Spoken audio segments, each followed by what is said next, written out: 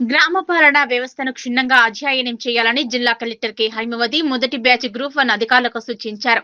మంగళవారం, బుధవారం 2 రోజుల్లో జిల్లాలోని గ్రామాల్లో క్షేత్రస్థాయిలో పర్యటించి గ్రామ పాలనా వ్యవస్థల పనితీరును, ప్రభుత్వ అభివృద్ధి సంక్షేమ కార్యక్రమాల అమలును క్షేత్రస్థాయిలో పరిశీలించే పర్యటనలో భాగంగా మంగళవారం జిల్లాకు చేరుకున్న ప్రొబేషనరీ డిప్యూటీ కలెక్టర్లు, డీఎస్పీలు, ఎక్సైజ్ సూపరింటెండెంట్లు, కమర్షియల్ ట్యాక్స్ ఆఫీసర్లు, గ్రేడ్ 2 మున్సిపల్ కమిషనర్లు మొత్తం 37 మందితో కూడిన గ్రూప్ 1 మొదటి బ్యాచ్ అధికారులకు కలెక్టరేట్లో జిల్లా కలెక్టర్ ఆధ్వర్యంలో జిల్లా అధికారులు ఆయా శాఖల ద్వారా ప్రజలకు అందిస్తున్న సేవలు వివరించారు. ముఖ్యంగా గ్రామ పంచాయతీల ద్వారా గ్రామ పాలనా వ్యవస్థ పనితీరు, త్రాగునీరు సరఫరా, గ్రామాల్లో పచ్చదనం, పరిశుభ్రత, గ్రామీణ ఉపాధి హామీ పథకం ద్వారా స్థానికంగా ఉపాధి, మహిళా సంఘాలకు ఐకేపీ ద్వారా ప్రోత్సాహం, వైద్య, విద్య, ఆరోగ్యం, అంగన్వాడీ ద్వారా చిన్నారులకు పౌష్టికాహారం, పూర్వ ప్రాథమిక విద్యా విధానం, పాఠశాల విద్య, గురుకులాలు, ఇతర సంక్షేమ వసతి గృహాలు, జాతీయ, రాష్ట్ర, గ్రామీణ, మున్సిపల్ రహదారులు, వ్యవసాయం, వ్యవసాయ అనుబంధ రంగాల అభివృద్ధి, మార్కెటింగ్ తదితర అంశాలపై ప్రొజెక్టర్ ద్వారా వివరించారు. ఈ సందర్భంగా శిక్షణ గ్రూప్ 1 అధికారులను ఉద్దేశించి జిల్లా కలెక్టర్ మాట్లాడుతూ ప్రత్యక్ష ప్రజాస్వామ్యానికి గ్రామాలు ప్రతిరూపమన్నారు.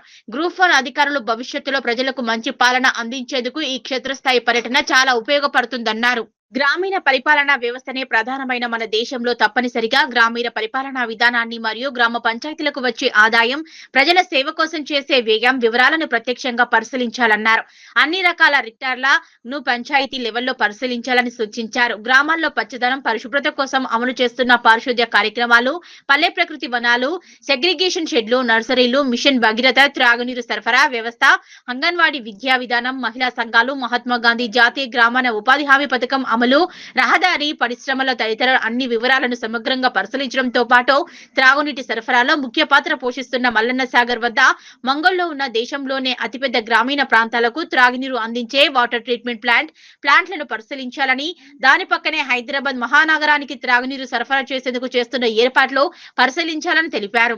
అనంతరం మొదటి బ్యాచ్ గ్రూప్ 1 అధికారులు క్షేత్రస్థాయిలో పర్యటనకు బయలుదేరి వెళ్లారు.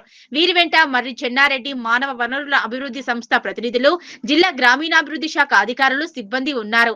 ఈ కార్యక్రమంలో జిల్లా అదనపు collector revenue Abdul Hameed, DRO Nagarajamma, DRDO Jayadev, Arya, వివిధ శాఖల అధికారులు పాల్గొన్నారు.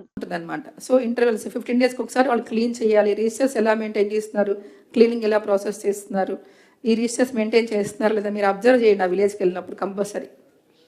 బేసిక్గా మీరు పోగానే గ్రామ పంచాయతీ సెంట్రిక్గా మీకు కొంత అవేర్నెస్ ఇవ్వడం జరుగుతుంది. మేడం చెప్పినట్టు గ్రామ పంచాయతీ స్ట్రక్చర్ మీకు అందరికీ తెలుసు. జిల్లా స్థాయిలో జిల్లా కలెక్టర్ పంచాయతీ ఆధ్వర్యంలో డిస్ట్రిక్ట్ అడ్మినిస్ట్రేషన్ నుంచి డిపిఓ ఉంటారు, డివిజనల్ లెవెల్లో డివిజనల్ పంచాయతీ ఆఫీసర్స్ ఉంటారు, మండల్లో ఎంపీడీఓస్, మండల పంచాయతీ ఆఫీసర్స్ ఉంటారు, గ్రామ పంచాయతీ స్థాయిలో కూడా పంచాయతీ సెక్రటరీ, అట్లాగే గ్రామ పంచాయతీ సర్పంచ్ బాడీ ఉంటుంది. రీసెంట్గానే మనకు రూరల్ లోకల్ బాడీస్ ఎలక్షన్స్ కూడా అయినాయి, గ్రామ పంచాయతీ బాడీస్ కూడా వచ్చినాయి. అంటే sarpanch, ward members 8 to 16 ward members, GP సైజుని బట్టి, పాపులేషన్ బట్టి ఉంటుంది. సో యాక్చువల్గా ఏముంటుంది అని అంటే మన గవర్నమెంట్ ఏం చేసిందంటే ఇంతకుముందు మన green coverage in the Telangana is only 24%. So దాన్ని 33%కి ఎన్హాన్స్మెంట్ చెయ్యాలి అన్న ఉద్దేశంతో సో దాంట్లో భాగంగా ఓన్లీ గ్రీన్ కవరేజ్ ఫారెస్ట్ ఏరియాలోనే కాకుండా నాన్ ఫారెస్ట్ ఏరియాలో కూడా తీసుకోవడం జరిగింది. ఇక్కడ మనకు ముఖ్యంగా ఏంటంటే మిషన్ భగీరథ అనగానే ఫస్ట్ మిషన్ భగీరథ మన జిల్లా నుంచే స్టార్ట్ అయింది. మన గౌరవ పిఎం గారు వచ్చేసేసి మనకి 8 ఆగస్టు 2016 నాడు గజ్వేల్లో కోమటిబండ దగ్గర మనకు మిషన్ భగీరథ స్కీమ్ అనేది ఇనాగ్రేషన్ చేశారు. అవ్వాల నుంచి కూడా మనం మిషన్ భగీరథ నేమ్ ఫెమిలియర్ అయిపోయింది. ఇక్కడ మిషన్ భగీరథ మెయిన్ ఉద్దేశం ఏంటంటే మనము సర్ఫేస్ వాటర్, వర్షాల ద్వారా వచ్చిన వాటర్ని, రిజర్వాయర్లో ఉన్న వాటర్ని తీసుకొని మనం డబ్ల్యూటీపీ కంటే వాటర్ ట్రీట్మెంట్ ప్లాంట్కి పంపించేసి అక్కడ శాండ్ లేయర్స్ నుంచి మనం ఫిల్టర్ చేసేసి మనం ప్రతి ఒక్క విలేజ్కి సప్లై అయ్యే విధంగా, ప్రతి ఒక్క విలేజ్ హౌస్ హోల్డ్ వరకు సప్లై అయ్యే విధంగా మేము చూసుకుంటాం. ఇదంతా డిఎంఎన్హెచ్ఓ. సో మా హెల్త్లో 3 దశల్లో మేము సేవలు అందిస్తాము.